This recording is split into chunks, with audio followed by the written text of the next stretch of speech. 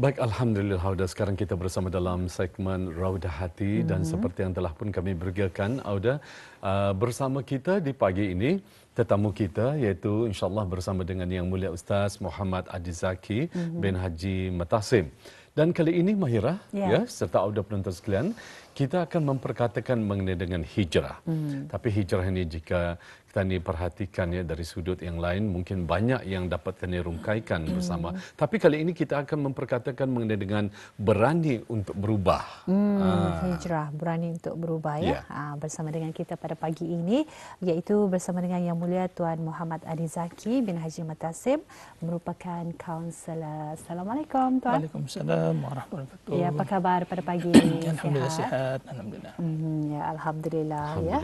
Jadi sekarang kita rasa-rasanya baru sahaja kita memasuki tahun baru Hijriah yang baru ya, iaitu 1446 Hijrah. Jadi memang kita ni ada kaitannya dengan penghijrahan sesuai betul. Dengan kita masih lagi di bulan Muharram dan di awal tahun baru Hijriah iaitu 1446 Hijriah ya. Jadi Tuan mungkin dapat mengkongsikan definisi hijrah sebagai mukadimah untuk perubahan kita pada pagi ini. Silakan. Ya, terima kasih. Bismillahirrahmanirrahim. Assalamualaikum warahmatullahi wabarakatuh. Alhamdulillahilladzi khalaqani fa huwa yahdin walladzi wa'ituni yusmin wa jamatu fa huwa yashfin wassalatu wassalamu ala rasulil amin wa ala alihi wa ashabihi ajmain. Subhanaka la ilma lana illa ma 'allamtana innaka antal alimul hakim. Alhamdulillah. Kita ini baru saja menyambut memperingati dan menyambut sambutan awal tahun hijrah dan peristiwa hijrah baginda Rasulullah SAW. Dan sesuai ya, seperti mana yang selalu sambut pada tiap-tiap tahun dan yang dipahami juga definisi hijrah itu sendiri ialah baginda Rasulullah SAW berhijrah berpindah daripada kota Makkah ke kota Madinah. Tapi secara umumnya hijrah yang dimaksudkan sini juga yang untuk kata ini punya iktibar ialah perubahan, semua sekali perubahan yang positif, perubahan positif. Sesuai dengan kita punya hidup ini, hidup itu namanya kehidupan itu sentiasa berubah kan. Jadi bila kehidupannya sentiasa berubah, maka itulah sebenarnya yang kita ini mau. Setiap hari ada perubahan dan hidup itu perlu berubah. Hidup itu sendiri berubah. Dan itulah sebenarnya hijrah yang kita ini alami sepanjang hidup kita ini ya. Kita ini akan sentiasa melalui satu perkara yang baru, hal yang baru dan sebagainya. Ada perubahan lah, ada perubahan. Sebab itulah tanpa kita sedari sebenarnya, tanpa kita sedari dalam kehidupan kita sehari-hari 24 jam ini sebenarnya kita ini terpaksa dan kita ini secara langsung tanpa kita sedari kita ini membuat tidak kurang daripada 35,000 keputusan. Tiap-tiap hari tanpa kita sedari kita ini akan membuat tidak kurang daripada 35,000 keputusan.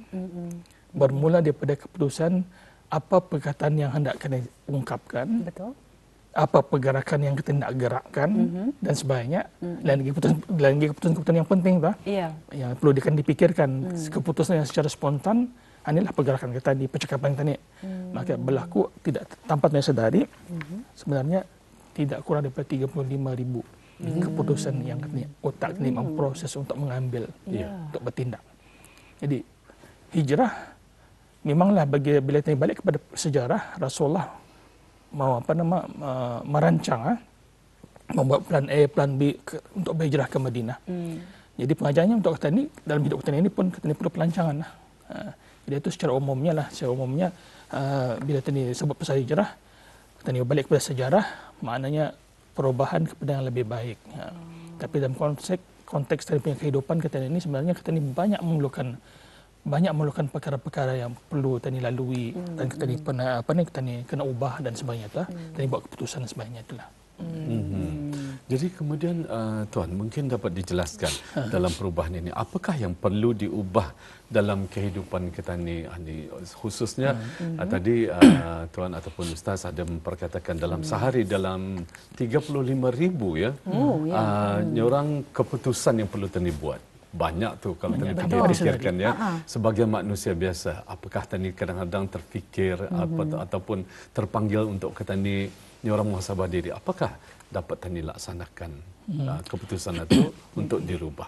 Cuba dapat kita ni kongsikan.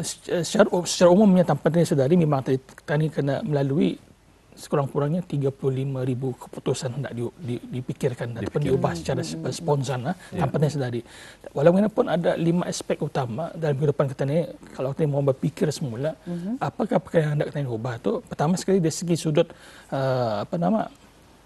mental. Dari segi sudut mental, maka dari segi sudut mental kita ni berfikir macam mana hendak upgrade kita ni punya pengetahuan. Sebab itulah kita ni ada sekarang ni kita ni kena diupah untuk dididik untuk cara 100 jam 100 jam majlis ilmu, 100 jam pendidikan, 100 jam pengusian ilmu dan sebagainya tu. Jadi kalau boleh, kalau anda secara langsung pun, kalau tadi masuk sekolah tak ada masalah, tadi sentiasa belajar masuk sekolah belajar, okey, tak ada masalah. Kita ni sentiasa belajar. Tapi kalau dalam segi kehidupan kita ni kena, contohnya kita di pejabat. Pejabat kena banyak mempelajari perkara-perkara yang mungkin baru. Contohnya bidang IT umpamanya, macam bidang ani, bidang atu dan sebagainya. Jadi perkara-perkara yang baru ni, jadi kena mindset kita ni kena orang bukan cuma macam memaksa diri kita ni, macam orang merelakan untuk mesti belajar macam tu. Kalau dah belajar ketinggalan. Contohnya tu bidang IT umpamanya. Zaman sekarang kadang-kadang lebih yang damit-damit tu lebih canggih menggunakan iPad-nya, mobilenya sendiri daripada apa yang kau klik itu lain macam tu. Jadi dia lebih tahu. Jadi kita ni mau terpaksa belajarlah. Itu dari segi mental macam tu. Hari-hari kita akan belajar perkara yang baru. Kemudian dari segi fizikal ni bukan maknanya perubahan dari segi dari segi fizikal pun memang tidak berubah. Daripada dulu mungkin size S, sekarang size XL. Itu memang berubah pelangnya tu. Tapi dari segi fizikal ni kalau boleh, kita ni mau sentiasa lebih sihat. Jadi kita ni mau sentiasa lebih sihat, lebih bertenaga, lebih cergas macam tu. Itulah yang bagusnya lah. Perubahan dari segi fizikal, memanglah dari segi fizikal tadi berubah. Dari segi orang dulu mungkin size baju kita ni size S. Sekarang ni size XL. Mungkin atau berubah pelang tu. Tapi yang perubahan yang paling bagus itu ya. Dulu memang kita ni mau lebih sihat lagi. Lebih cergas lagi macam tu. Itu perubahan fizikal. Kemudian seterusnya perubahan dari segi sosial. Dan dapat dinafikan zaman sekarang ni, sosial ni ada dua. Pertama sekali sosial dari segi komunikasi media. Satu lagi sosial dari segi yang macam biasanya lah di pejabat, kejiranan, di mana-mana, di masjid umpamanya. Dari segi media sosial memang kita berinteraksi dengan media sosial untuk dari segi sosial kita ni. Jadi perubahan itu perlulah diperbaikilah. Orang kita ni lebih mesra, lebih lebih mau berkomunikasi dengan orang lain. Kemudian dari segi perubahan emosi, itu yang penting itu. Kita ni penyabar, mau bersabar, reda atas ujian-ujian dan sebagainya. Kemudian yang penting juga ialah perubahan dari segi spiritual. Maknanya spiritual itu ialah kita ni rajin untuk beramal ibadah. Jadi mungkin banyak berdoa, banyak berzikir, baca Quran dan sebagainya. Jadi perubahan-perubahan yang pentinglah dari segi mental kita ni, dari segi fizikal kita ni, dari segi sosial kita ni, emosi dan juga spiritual kita ni. Itu adalah perubahan-perubahan yang kita ambil perhatian lah dalam kehidupan kita ni, insya-Allah. Jadi itulah ya kemampuan kita yang telah Allah anugerahkan kepada kita untuk melaksanakan setiap perubahan yang jika kita imbas kembali ya, yang telah pun dinyatakan oleh Yang Mulia Ustaz tadi, fizikal mental kita perlu berubah ya pada saat yang sama. Jadi untuk seterusnya lagi.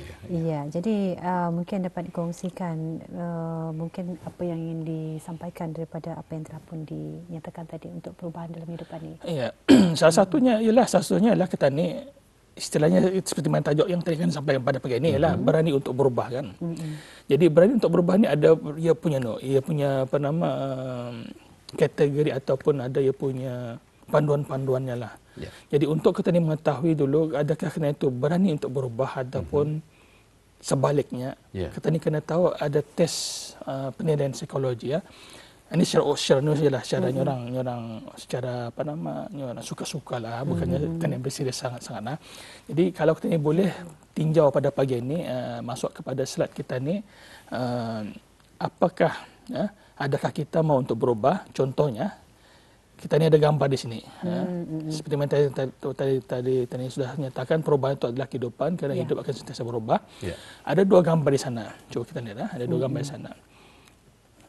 Okey. Mungkin dapat kita kongsikan selepas ini ya. Sekali lagi. Sekali satu. Okey, ada 2 gambar di sana. Kalau bila kita melihat gambar ini, antara 2 gambar ini, mana lebih kita suka? Adakah gambar seorang baby ataupun seekor kucing? Kalau kita memilih anak damit, mana kita dapat 1 markah. Kucing 0 markah. Okey, slide seterusnya. Adakah kita ni suka untuk melukis ataupun suka untuk desain melalui komputer? Antara 2 ni. Adakah kita ni mau melukis macam biasa? Kalau untuk Mahirah sendiri bagaimana? Kalau saya lebih kepada komputer. Komputer. Okey, lihat markahnya. Betul. Tapi sudah dicatat. Sudah dicatat berapa markah yang sudah diambil. Tadi berapa markah? Tadi Mahirah memilih anak damit ataupun seekor kucing. Oh, memang sukar sekali ya. Apa? Anak damit atau kucing? Anak damit ataupun seekor kucing? Kucing. Kucing. Berapa markah? Bermakna jadi tadi masih satu. Satu. Ya. Okey. Kucing kosong. Anak sebab kosong. Jadi Mahirah memilih kucing je. Jadi Mahirah dapat 1 markah kerana tadi memilih kepada komputer. Komputer 1 markah. Okey. Kalau kereta ni? Mana satu kita pilih, sama ada mau kereta sport ataupun kereta biasa saja? Kalau saya sport. Kosong. Ya. Okey, markah. Markah lah. Okey. Jadi okey. Jadi masih lagi kosong lah tu sebenarnya kalau Isa. Kalau yang pertama tadi saya juga memilih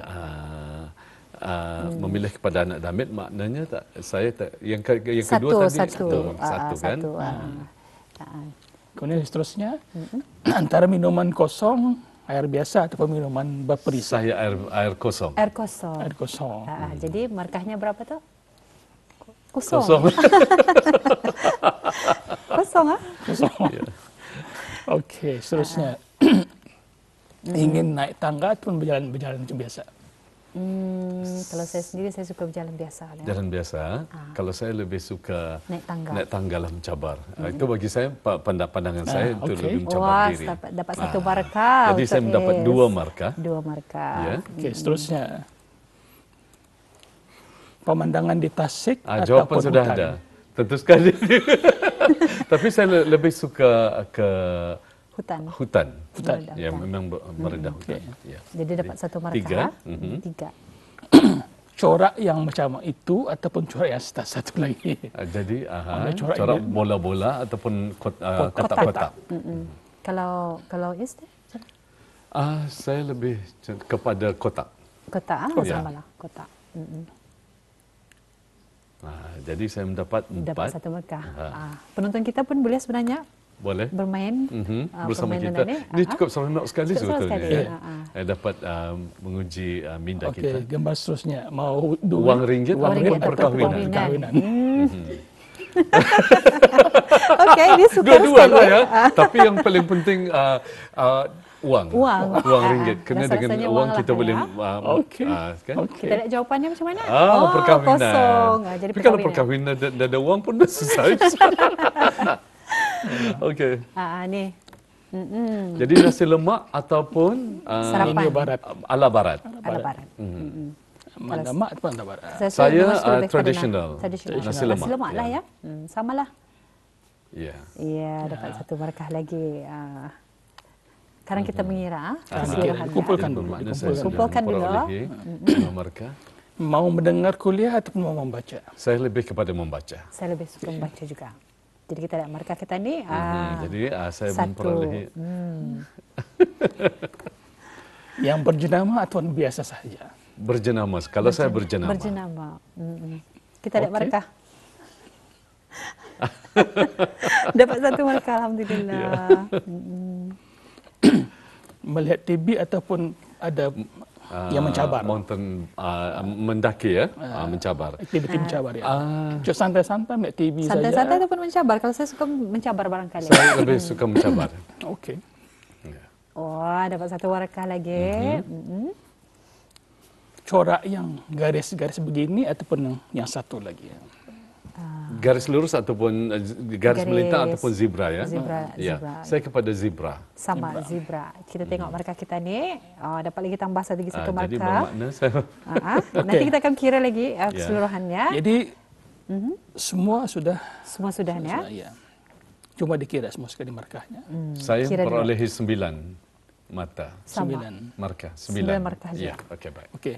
Kita lihat dia punya resultnya tu. Jika markah yang bisa kita dapat sekitar 1 hingga 4 markah, maka kita ni mempunyai hati yang sejuk, sifat setia, suka menolong orang lain, ambil peduli orang lain, ada rasa simpati, berfikir nasional, di samping mau dihargai oleh orang lain, ya, dan ianya mau orang dihargai oleh orang yang menolong ke dia lah. Jadi biasanya orang macam ni kategorinya ialah dia berfikir-fikir untuk berubah. 50-50 lah, mau berubahkah, mau stay. Masih lagi dalam pertimbangan. Tu. Mau berubahkah ataupun mau macam ini saja, macam tu. Berfikir-fikir. Ragu-ragu ya. Kira netral lah tu. Jadi 50-50 begitu. 50-50.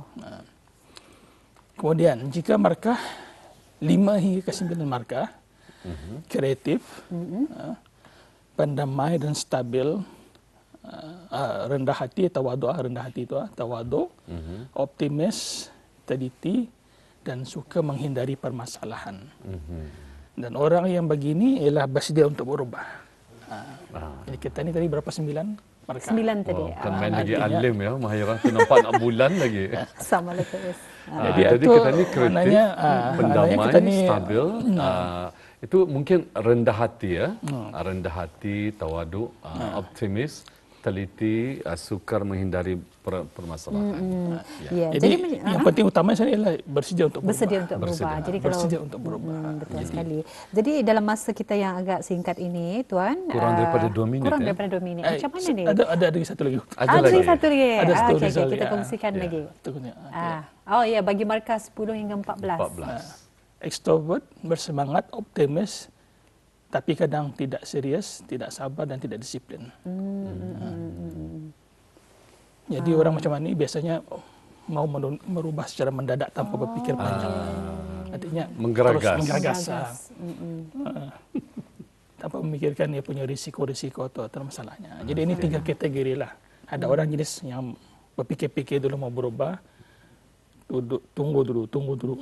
Ada orang terus saja aku bersedia, aku berani untuk berubah. Iya.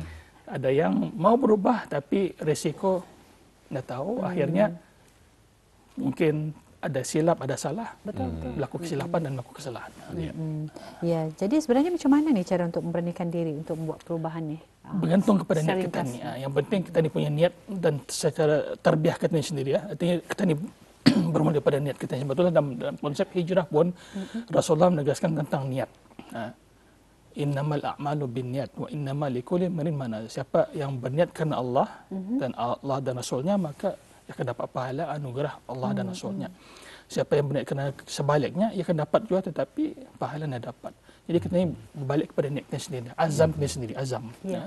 Keinginan, keazaman dan niat kita untuk berubah itu atau yang penting. Di samping kita menterbiah, maksudnya itu kita ni beranilah membuat keputusan, berani untuk berubah, berani untuk menjalani apa yang kita buat keputusan tadi macam tadi ya. Mungkin ada orang mau berubah secara drastik tapi tanpa memikirkan apa risiko, tanpa berfikir terus berubah. Ada orang mungkin susah untuk berubah karena apa? Tidak confident contohnya. Dan ada orang secara naturalnya yang mungkin mau untuk berubah dengan apa pertimbangan yang sudah dirangka ataupun dirancang semuanya itulah. Yang penting niat kita yang itulah sebenarnya. Syukur, Alhamdulillah kerana dengan adanya penjelasan ataupun perkongsian ilmu tadi ya, mudah-mudahan bermanfaat untuk Ketani Mahira dan juga terutama sekali kepada Yang Mulia Ustaz Muhammad Adi Zaki yang telah membuka minda Ketani, melatih akal Ketani pada pagi ini ya. Walaupun kata orang ada 3 perkara yang berbeza tetapi semua masing-masing mempunyai manfaatnya. Terima kasih. Kita ucapkan sekali lagi ya. Jadi insya-Allah kita akan berjumpa lagi. Assalamualaikum. Waalaikumsalam.